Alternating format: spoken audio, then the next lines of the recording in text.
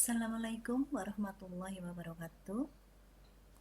Alhamdulillah kita bisa bertemu meski hanya lewat virtual. Ini adalah pertemuan pertama antara Ibu dengan kalian. Oleh karena itu, Ibu akan mengenalkan diri terlebih dahulu. Ibu Aryani mengampu mata pelajaran ekonomi. Nah, biasanya ketika Ibu pertama kali masuk ke kelas kalian, itu Ibu akan mengadakan MOU terlebih dahulu dengan kalian. Namun, karena saat ini pertemuan kita masih melalui virtual, maka MOU tersebut Ibu pending terlebih dahulu. Nah, bagaimana dengan kabar kalian?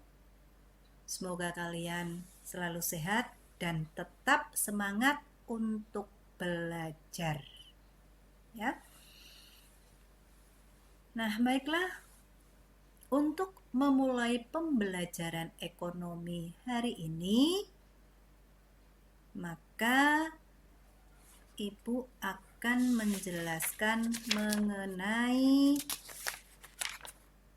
konsep dasar ilmu ekonomi. Ya, konsep dasar ilmu ekonomi. Nah, apa saja yang ada kompetensi dasarnya? KD-nya adalah mendeskripsikan konsep ilmu ekonomi. Tujuan pembelajaran melalui pendekatan saintifik dengan model pembelajaran problem-based learning, peserta didik mampu mendeskripsikan konsep ilmu ekonomi dan menyajikan permasalahan kelangkaan dan biaya peluang dalam memenuhi kebutuhan serta cara mengatasinya dengan mengembangkan sikap religius, nasionalisme, mandiri, dan gotong royong. Adapun indikator yang ingin dicapai dalam pembelajaran kali ini adalah yang pertama, mendeskripsikan pengertian ilmu ekonomi. 2. Mendeskripsikan pengertian kebutuhan dan keinginan. Yang ketiga, mengidentifikasi bermacam-macam kebutuhan manusia. Yang keempat, mendeskripsikan pengertian alat pemuas kebutuhan. 5. Mengidentifikasi bermacam-macam alat pemuas kebutuhan. 6. Pilihan dan skala prioritas. 7. Biaya peluang. 8. Motif dan prinsip ekonomi. Dan yang ke-9 adalah ekonomi syariah. Nah, baiklah, kita awali dengan pengertian ekonomi. Tentunya kalian masih ingat sewaktu di kelas 9 dulu. Apa itu ekonomi? Ya. Ekonomi berasal dari bahasa Yunani. Ini menurut Xenophon yang hidup antara tahun 440 sampai 335 sebelum Masehi. Nah, menurut Xenophon, ekonomi itu berasal dari kata oikos dan nomos. Oikos artinya rumah tangga, nomos artinya aturan. Sehingga secara bahasa, ekonomi itu berarti aturan rumah tangga atau cara mengelola rumah tangga. Jadi, secara sederhana, ilmu ekonomi itu dapat diartikan sebagai ilmu yang mempelajari aturan rumah tangga atau ilmu yang mempelajari bagaimana cara mengelola rumah tangga. Nah, ternyata rumah tangga di sini yang dimaksudkan bukan hanya rumah tangga keluarga saja. Sebab apa? Ekonomi ini setiap hari berkembang. Ya, setiap hari berkembang. Perkembangannya itu cepat, semakin luas dan kompleks. Oleh karena itu kemudian banyak para ahli ekonomi yang mendefinisikan tentang ilmu ekonomi. Nah, kita lihat di antaranya adalah Profesor A. Samuelson mendefinisikan ilmu ekonomi sebagai berikut. Ilmu ekonomi adalah suatu studi bagaimana orang-orang dan masyarakat membuat pilihan dengan atau tanpa menggunakan uang, dengan menggunakan sumber daya yang terbatas, tetapi dapat dipergunakan dalam berbagai cara untuk menghasilkan berbagai jenis barang dan jasa, serta mendistribusikannya untuk keperluan konsumsi sekarang dan di masa yang akan datang kepada berbagai orang dan golongan masyarakat. Kemudian yang berikutnya, menurut Sadono Sukirno, ilmu ekonomi adalah ilmu yang menganalisa biaya dan keuntungan dan memperbaiki corak penggunaan sumber daya. Berikutnya, menurut Menkyu, bahwa ilmu ekonomi adalah studi tentang bagaimana masyarakat mengelola sumber daya yang selalu terbatas dan sifatnya langka. Banyak sekali para ahli ekonomi yang mengemukakan mengenai ilmu ekonomi. Tetapi di sini Ibu hanya mengambil 3 saja. Tadi yang pertama adalah dari Profesor Paul A. Samuelson, yang kedua dari Sadono Sukirno, yang ketiga dari Menkyu. Nah, secara umum pengertian ilmu ekonomi adalah ilmu yang mempelajari bagaimana manusia memenuhi kebutuhannya dalam rangka mencapai kemakmuran atau kesejahteraan. Ya. Jadi secara umum, ilmu ekonomi adalah ilmu yang mempelajari bagaimana manusia memenuhi kebutuhannya dalam rangka mencapai kemakmuran. Nah, apa manfaat mempelajari ilmu ekonomi? Yang pertama, ilmu ekonomi dapat membantu memahami wujud perilaku ekonomi dalam dunia nyata secara lebih baik. 2. Dengan mempelajari ilmu ekonomi akan membuat yang mempelajarinya lebih mahir atau lihai dalam perekonomian.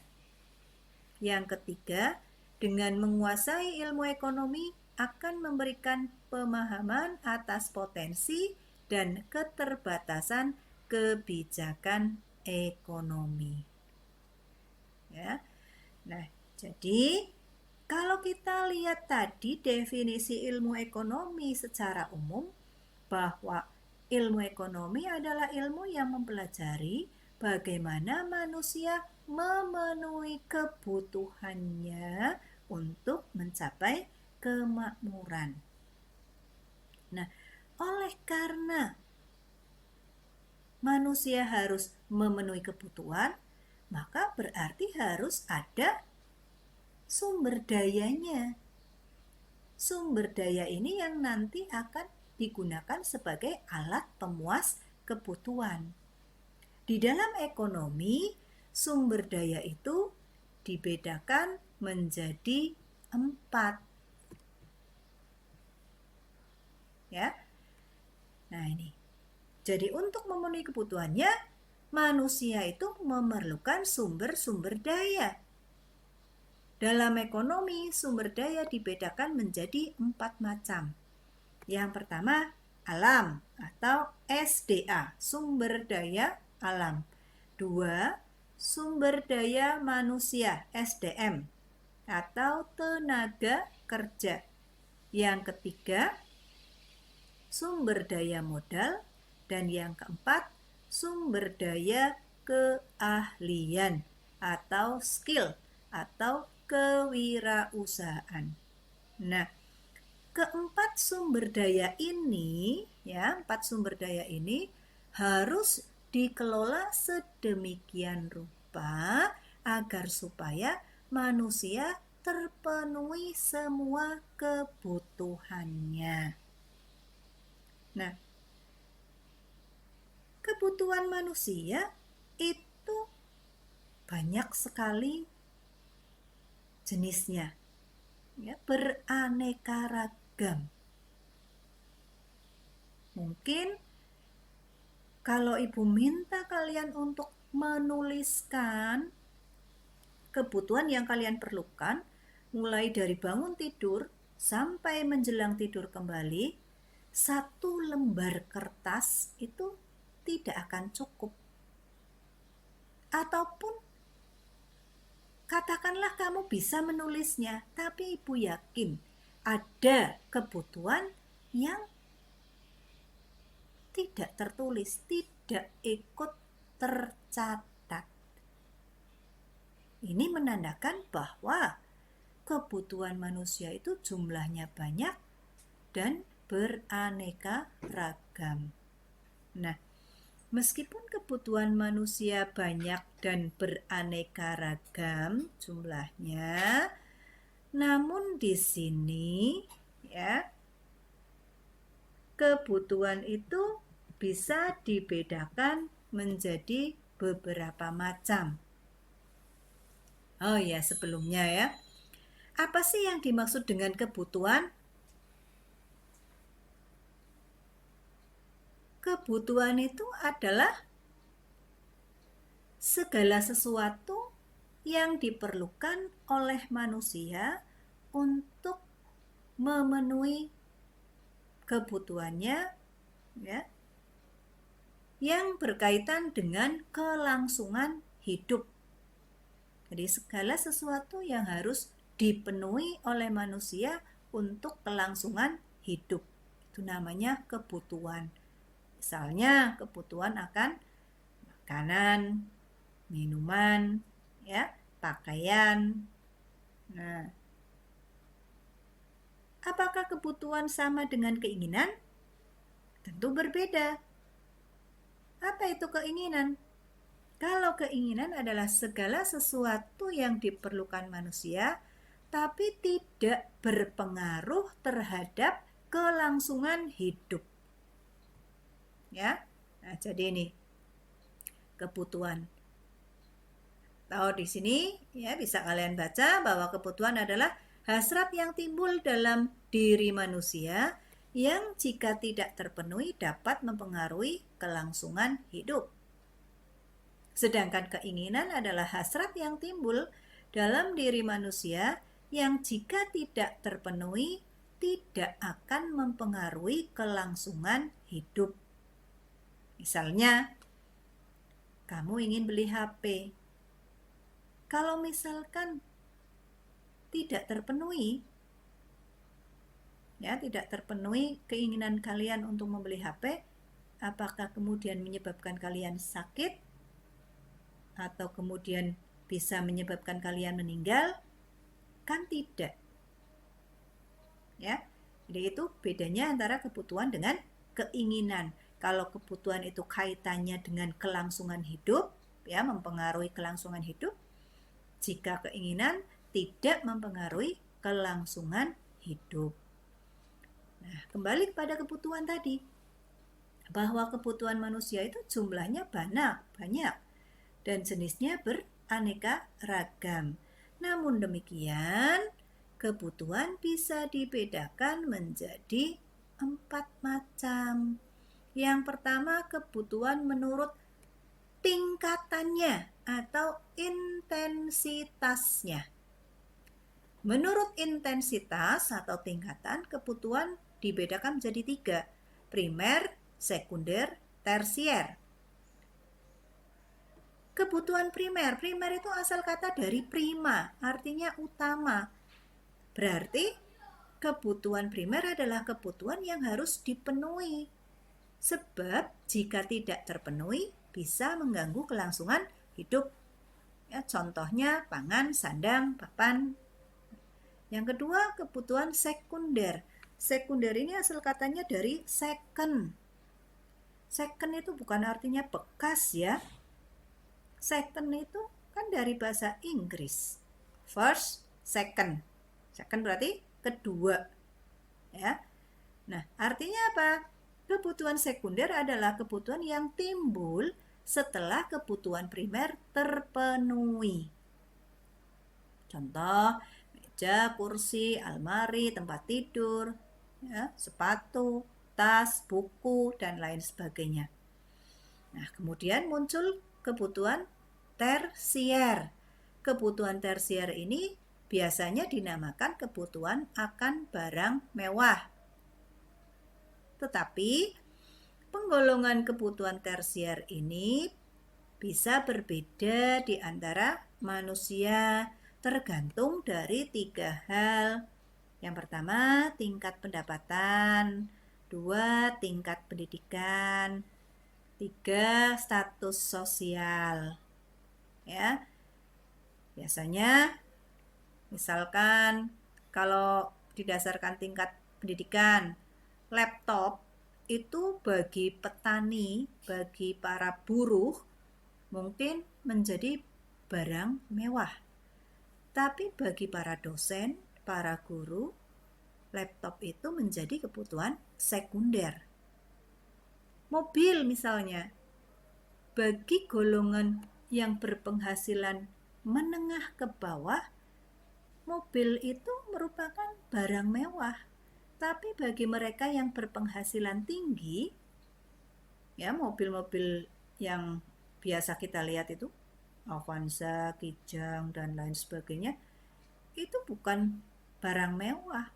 Bagi mereka, yang merupakan barang mewah adalah mobil Jaguar, mobil sport lah, ya. Kemudian perhiasan berlian misalnya. Nah, ini merupakan kebutuhan tersier bagi mereka yang berpenghasilan menengah ke atas. Kemudian yang berikutnya, kebutuhan menurut waktu. Menurut waktu, kebutuhan dibedakan menjadi 2. Kebutuhan sekarang dan kebutuhan yang akan datang. Apa itu kebutuhan sekarang? Yaitu kebutuhan yang harus dipenuhi saat ini juga, sekarang juga. Contoh, obat bagi orang yang sedang sakit. Ya, makan bagi orang yang sedang lapar. Nah, kemudian yang kedua, kebutuhan yang akan datang adalah kebutuhan yang pemenuhannya dapat dilakukan di masa yang akan datang. Jadi untuk pemenuhannya itu untuk masa yang akan datang. Misalnya menabung, asuransi, atau biasanya kalau ibu-ibu yang sedang hamil itu usia 7 bulan kandungannya mulai mengumpulkan ya baju-baju bayi. Nah, itu namanya kebutuhan yang akan datang.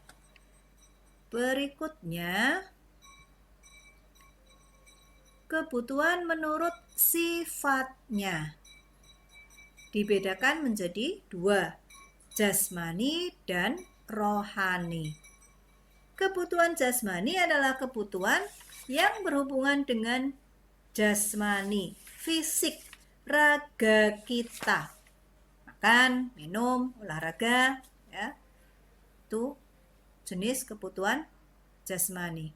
Kemudian kebutuhan rohani, ya berarti kebutuhan yang hubungannya dengan kejiwaan kita, rohani kita. Ya, misalnya sholat, ngaji, ya. Kemudian rekreasi, mendengarkan musik, bersosialisasi dan lain sebagainya. Kemudian berikutnya adalah kebutuhan menurut subjeknya. Ini dibedakan menjadi dua. Kebutuhan individu dan kebutuhan kolektif. Apa itu kebutuhan individu? Kebutuhan individu adalah kebutuhan yang kaitannya dengan perseorangan atau individu. Ya, antara orang yang satu dengan yang lain kebutuhannya berbeda. Kebutuhan kalian misalkan nanti ketika berangkat duduk satu bangku, ya, antara si A dengan si B itu pasti mempunyai kebutuhan yang berbeda. Nah, ini namanya kebutuhan individu. Yang kedua adalah kebutuhan kolektif. Kebutuhan kolektif adalah kebutuhan bersama dalam suatu masyarakat dan dimanfaatkan untuk kepentingan bersama. Contohnya jalan, jembatan, pasar, sekolah, rumah sakit, ya, dan lain sebagainya. Nah, itulah jenis-jenis atau macam-macam kebutuhan. Jadi dibedakan menjadi 4, ya. Yang pertama menurut intensitas atau tingkatannya. Yang kedua menurut waktu, yang ketiga menurut sifatnya, yang keempat menurut subjeknya. Nah, kebutuhan antara yang satu dengan yang lain itu berbeda. Mengapa bisa kebutuhan antara yang satu dengan yang lain berbeda? Ada beberapa faktor yang mempengaruhi perbedaan kebutuhan. Yang pertama, ini tidak Ibu tulis di sini ya, kalian dengarkan saja. Yang pertama adalah keadaan alam. Yang kedua, pendidikan. Yang ketiga, agama. Yang keempat, adat istiadat. Dan yang kelima, peradaban. Nah, ya 5 faktor inilah yang mempengaruhi perbedaan kebutuhan. Ya. Nah, tadi Ibu menyampaikan bahwa untuk memenuhi kebutuhannya manusia harus menggunakan sumber daya sebagai alat pemuas kebutuhan. Nah, ternyata alat pemuas kebutuhan ini kan ada dua jenis, yaitu barang dan jasa. Apa itu barang? Barang adalah segala sesuatu yang diperlukan manusia untuk memenuhi kebutuhannya yang sifatnya berwujud. Ya, ini sifatnya berwujud. Sedangkan jasa adalah segala sesuatu yang diperlukan oleh manusia yang sifatnya tidak berwujud. Jadi abstrak. Ya. Hanya kita rasakan pelayanannya saja, manfaatnya saja. Nah, ternyata barang sebagai alat pemuas kebutuhan itu dibedakan juga menjadi beberapa macam. Kita lihat Yang pertama adalah jenis barang menurut cara memperolehnya. Dibedakan menjadi 3 harusnya. Sini hanya ada 2 ya. Ada 3, yaitu barang ekonomi, barang bebas, dan barang elit.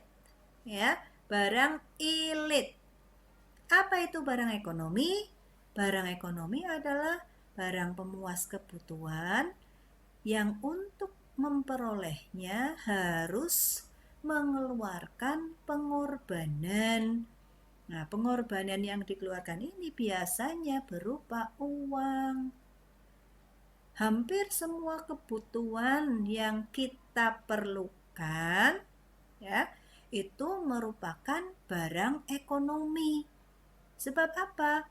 Sebab untuk memperolehnya kita mengeluarkan pengorbanan. Ya, kita mengeluarkan uang, harus membeli. Makanya dinamakan barang ekonomi. Yang kedua adalah barang bebas. Apa itu barang bebas? Barang bebas adalah barang yang jumlahnya banyak, sehingga untuk memperolehnya kita tidak perlu mengeluarkan pengorbanan. Barang bebas ini terdapat di sekitar kita. Ya, kita bebas untuk memperolehnya tanpa mengeluarkan pengorbanan. Misalnya apa? Oksigen yang kita gunakan untuk bernafas. Air ya di sungai, air di sumur, es di kutub utara misalnya, pasir di sungai.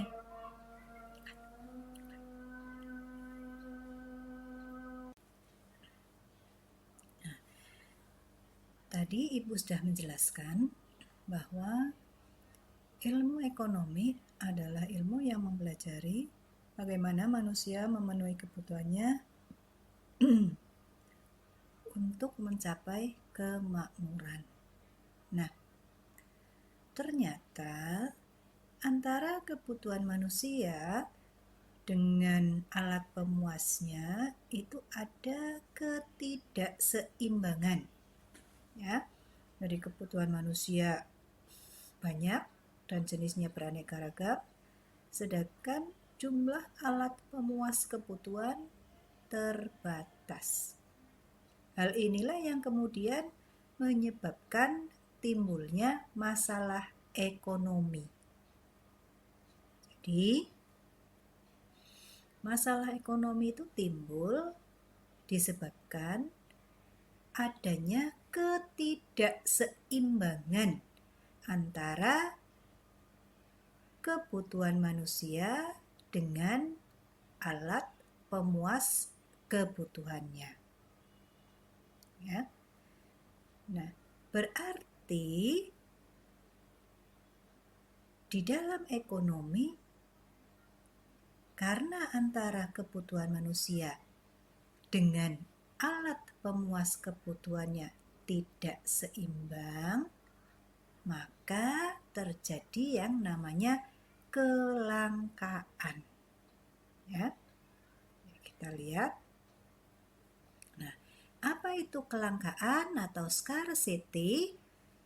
Kelangkaan adalah suatu keadaan di mana sumber daya yang tersedia jumlahnya lebih sedikit dibandingkan dengan yang dibutuhkan oleh manusia. Ada, bukan berarti kelangkaan itu langka. Kalau orang Brebes kan langka, tidak ada.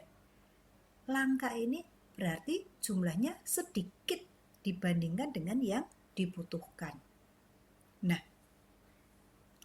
maka ya, karena ada keadaan di mana sumber daya yang tersedia jumlahnya lebih sedikit dibandingkan dengan yang dibutuhkan manusia, ini dinamakan kelangkaan atau scarcity. Misalnya apa? Mungkin kalian pernah lihat ya, menyaksikan di televisi bahwa suatu saat ada banyak orang mengantri di SPBU ya, mereka mengantri bahan bakar sampai panjang ke tengah jalan misalnya. Nah, ini menandakan bahwa sumber daya yang tersedia jumlahnya terbatas, lebih sedikit dibandingkan dengan yang dibutuhkan oleh manusia. Sekarang bagaimana caranya agar supaya dengan alat pemuas kebutuhan yang jumlahnya sedikit, manusia bisa memenuhi kebutuhannya yang tidak terbatas. Nah, maka manusia kemudian kita semua dihadapkan pada yang namanya pilihan dan skala prioritas. Oleh karena itu, ilmu ekonomi sering juga disebut sebagai ilmu yang mempelajari bagaimana manusia melakukan pilihan. Ya, tadi karena adanya kelangkaan atau scarcity di mana sumber daya yang tersedia jumlahnya lebih sedikit dibandingkan yang dibutuhkan oleh manusia, maka mengakibatkan manusia harus membuat pilihan dan menentukan skala prioritas.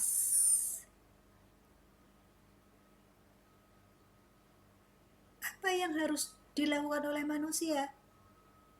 Ketika manusia memerlukan sesuatu atau membutuhkan sesuatu, maka dia buat skala prioritas.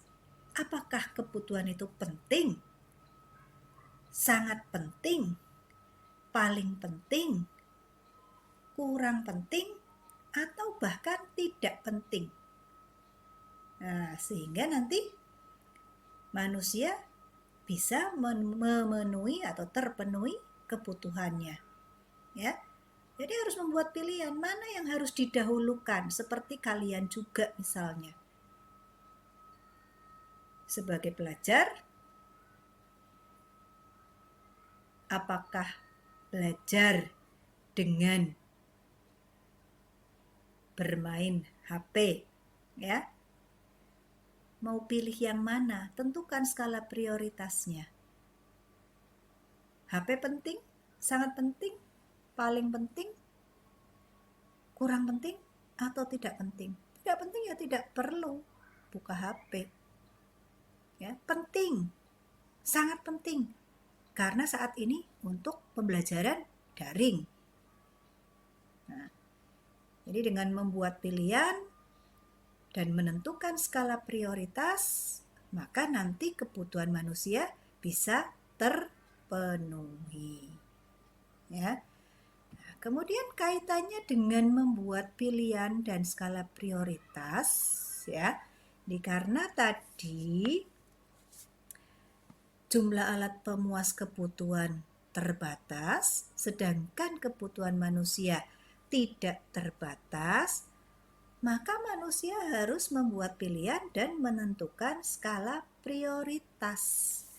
Ketika manusia membuat sebuah pilihan, berarti dia akan mengorbankan pilihan yang lain.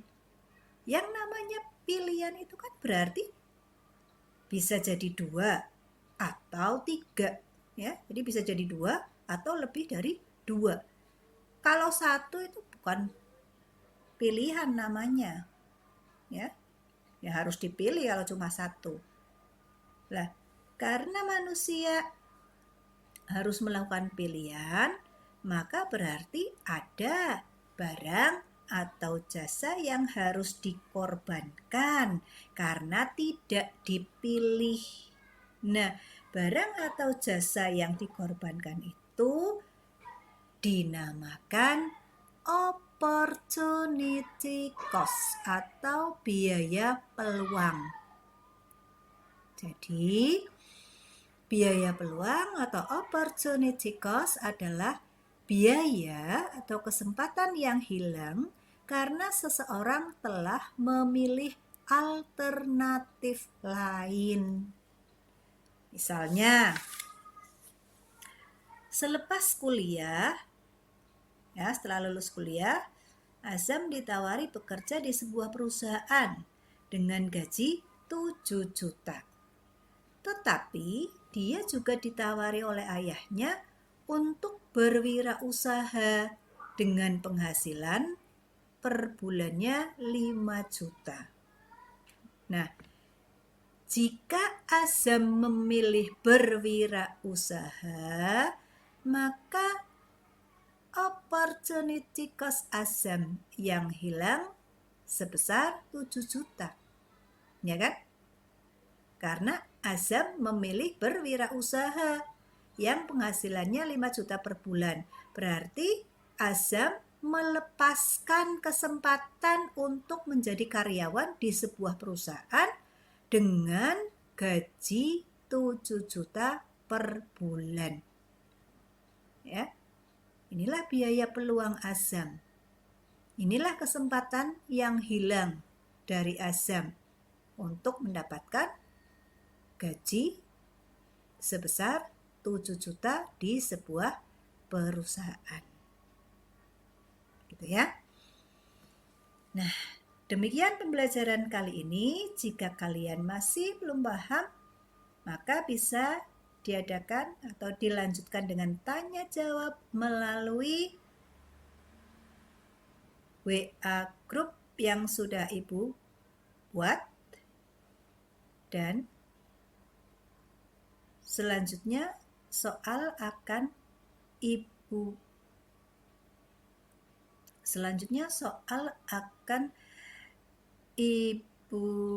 tulis dalam Google Classroom ataupun WA. Sekian, semoga kalian tetap sehat, tetap semangat, jangan lupa sholat 5 waktu, dan wassalamualaikum warahmatullahi wabarakatuh.